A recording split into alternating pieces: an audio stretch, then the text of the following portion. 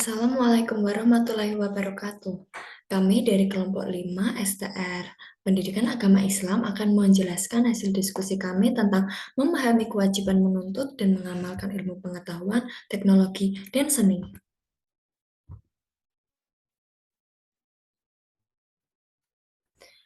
Disusun oleh kelompok 5 STR yang beranggotakan saya, Virginia Putri Agusti, Muhammad Ilham Kinasih Gusti, Rinaldi Zuhaid Putra Pradana, dan Syafina Aulia Kurnianingrum. Pendahuluan, perkembangan ipteks pada masa kini sejalan dengan tuntutan agama, di mana seseorang akan terus mencari kebenaran dari apa yang dipelajarinya. Bahkan ketika Islam berkembang di berbagai belahan dunia, maka ipteks pun juga ikut berkembang. Karena ajaran Islam memerintahkan umat Islam untuk senantiasa menuntut ilmu, bahkan kewajiban tersebut berlaku sejak lahir hingga ajal menjemput. Dengan perkembangan ipteks, manusia dapat merasakan kemudahan lainnya seperti transportasi, pemukiman, pendidikan, komunikasi, dan lain sebagainya. Singkatnya, ilmu merupakan sarana untuk membantu manusia dalam mencapai tujuan hidupnya. Setiap ilmu pengetahuan akan menghasilkan teknologi yang kemudian akan diterapkan pada masyarakat. Yang akan kami jelaskan pada hari ini yaitu yang pertama, apa makna ilmu dan iptek, yang kedua, seberapa pentingnya ilmu pengetahuan, yang ketiga, bagaimana kedudukan orang yang berilmu, yang keempat, apa saja tanggung jawab ilmuwan, dan yang kelima adalah bagaimana hubungan antara agama dan iptek. Makna ilmu, sains, dan iptek. Ilmu atau sains menurut KBBI merupakan pengetahuan sistematis yang diperoleh dari suatu observasi, penelitian, dan uji coba yang mengarah pada penentuan sifat dasar atau prinsip sesuatu yang sedang diselidiki, dipelajari, dan sebagainya. Iptek. Iptek merupakan ilmu pengetahuan dan teknologi, merupakan sebuah sumber yang dapat dijadikan sebagai ladang informasi untuk menambah wawasan dan Saya Rinaldi Zuhaid Putra Pradana absen 16 akan melanjutkan presentasi tentang ilmu sains dan iptek dalam pandangan Islam. Dalam Islam, tidak menentang dengan adanya perkembangan ilmu sains dan iptek. Islam justru mendukung umatnya untuk memanfaatkan perkembangan ini dengan sebaik mungkin dalam sarana menggali informasi dan hal yang berkaitan dengan kebutuhan akhirat. Berikut merupakan salah satu ayat yang mendukung perkembangan sains, yaitu Surah Ali Imran ayat 190 dan 191 yang bunyinya Inna fi khalqis samawati wal ardi fil laili wan nahari la allati liulil albab alladzina yadhkurunallaha qiyaman wa wa ala junudihim wa yatafakkaruna fil samawati wal ardi rabbana ma khalaqta hadza batilan subhanaka qina adzabannar.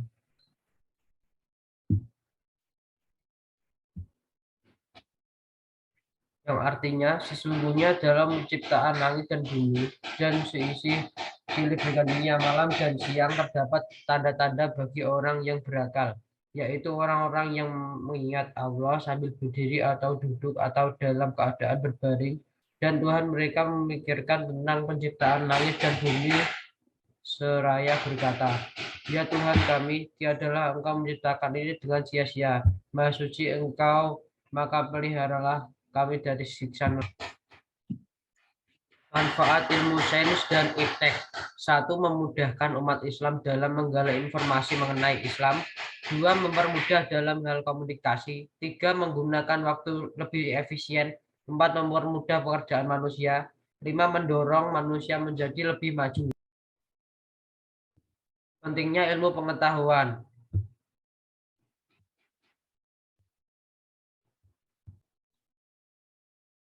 Peranan orang yang berilmu di mana-mana kita saksikan menonjol sekali dalam membangun dan memajukan masyarakatnya, agamanya, dan bangsanya.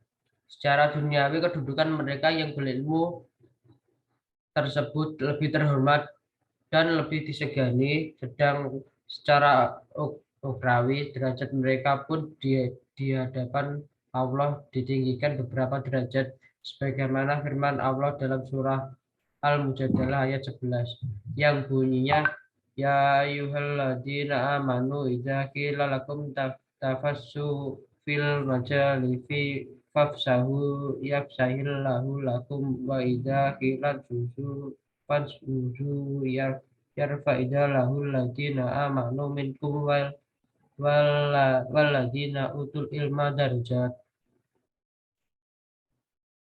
wallahu bima ta'maluna khabir, yang artinya, wahai orang-orang yang beriman, apabila dikatakan kepadamu berilah kelapangan di dalam majelis-majelis, maka lapangkanlah, niscaya Allah akan memberi kelapangan untukmu. Dan apabila dikatakan berdirilah kamu, maka berdirilah. Niscaya Allah akan mengangkat derajat orang yang beriman di antaramu dan orang-orang yang diberi ilmu beberapa derajat. Dan Allah meneliti apa yang kamu kerjakan. Manfaat ilmu pengetahuan. 1. Mampu memanfaatkan serta mengelola segala apa yang ada di bumi untuk kemakmuran dan kesejahteraan bersama, membuat sesuatu yang sulit menjadi mudah. Seseorang dapat menjadi mulia dan mempunyai harkat martabat yang tinggi sehingga disegani banyak orang. Bisa membedakan antara baik dan buruk dan yang benar atau salah. Menjadikan seseorang lebih bijaksana.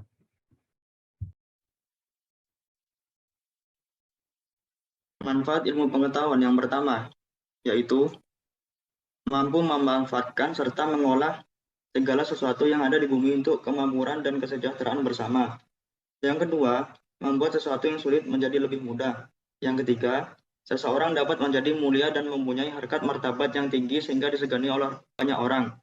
Yang keempat, bisa membedakan antara baik dan buruk ataupun yang salah dan benar. Yang terakhir, yang kelima, menjadikan seseorang lebih bijaksana. Di bab ini, saya akan menjelaskan tentang kedudukan orang yang berilmu dan dorongan atau kewajiban untuk mencari dan mengamalkan ilmu. Pada dasarnya, kita hidup di dunia ini adalah untuk beribadah kepada Allah Subhanahu wa Ta'ala. Namun tentunya, beribadah dan beramal harus berdasarkan ilmu yang ada di Al-Quran dan Al-Hadis. Dalam sebuah hadis, Rasulullah SAW bersabda, menuntut ilmu adalah wajib bagi setiap muslim dan orang yang meletakkan ilmu kepada orang yang bukan ahlinya, dalam artian orang yang enggan untuk menerimanya dan orang menertawakan ilmu agama, ialah seperti orang yang mengalungi beberapa babi dengan beberapa permata dan emas. Hadis riwayat Ibnu Majah Al-Baihaqi, Anas bin Malik, dan lain-lain, serta Al-Mundiri. Hadis ayat 28 nomor 1.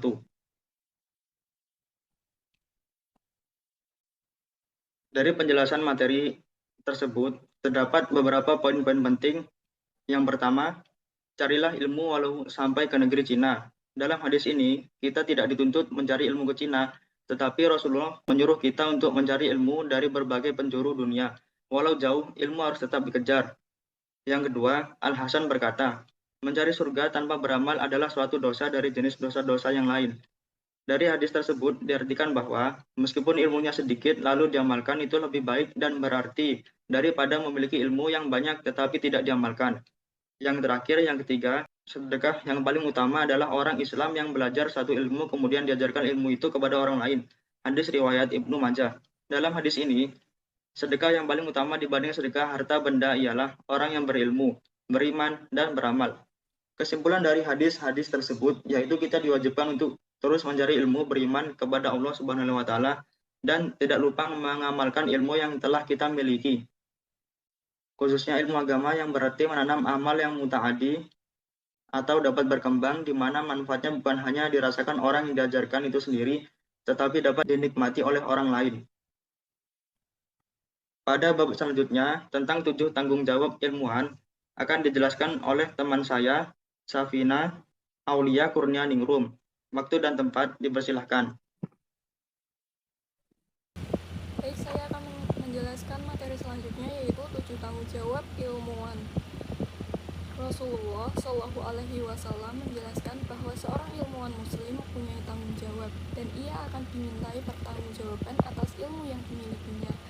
Dari Abu Barzah Al-Aslami, ia berkata, Rasulullah Shallallahu Alaihi Wasallam bersabda, tidak bergeser kedua telapak kaki seorang hamba pada hari kiamat sehingga ia ditanya tentang umurnya. Dalam hal apa ia menghabiskannya? Tentang ilmunya. Dalam hal apa ia berbuat? Tentang hartanya. Dari mana ia mendapatkannya dan dalam hal apa ia membelajarkannya, dan tentang fisiknya, dalam hal apa ia mempergunakannya. Berikut 7 tanggung jawab ilmuwan. 1. Bertanggung jawab dalam hal memelihara dan menjaga ilmu, agar ilmu itu tetap ada atau tidak hilang. 2. Bertanggung jawab dalam hal memperdalam ilmunya agar ilmu itu menjadi meningkat. 3. Bertanggung jawab dalam mengamalkannya agar ilmu itu berbuah. 4. Bertanggung jawab dalam mengajarkannya kepada orang yang mencarinya. 5.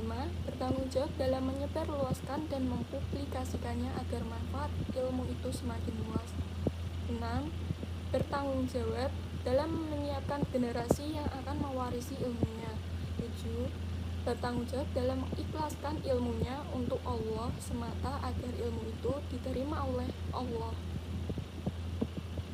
Materi selanjutnya, hubungan antar agama, ilmu pengetahuan, dan teknologi.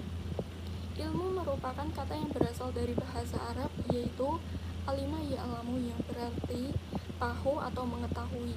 Dalam KBBI, ilmu adalah pengetahuan tentang suatu bidang yang disusun secara bersistem menurut metode-metode tertentu yang dapat digunakan untuk menerangkan gejala-gejala tertentu di bidang pengetahuan itu. Teknologi dalam KBBI yaitu metode ilmiah untuk mencapai tujuan praktis, ilmu pengetahuan atau keseluruhan sarana untuk menyediakan barang-barang yang diperlukan bagi kelangsungan dan kenyamanan hidup manusia. Islam adalah agama yang sangat mendukung perkembangan ilmu pengetahuan. Di era globalisasi ini, kita dituntut untuk menguasai teknologi yang memang diciptakan untuk mempermudah pekerjaan manusia. Untuk itu, selayaknya kita memanfaatkan dengan benar ilmu pengetahuan dan teknologi kita. Manfaatkan untuk meningkatkan kualitas pekerjaan juga diri kita, menjadikan kita manusia yang lebih bertakwa kepada Allah, bukan justru menjerumuskan kita ke dalam lubang maksiat. Untuk itu, kita harus bisa menyikapinya dengan bijak dan bisa memilah sisi positif kita serap, sedangkan negatifnya kita tangkal bersama. Sekian, terima kasih. Sekiranya terdapat kesalahan dalam penyajian presentasi kami, mohon maaf. Wassalamualaikum warahmatullahi wabarakatuh.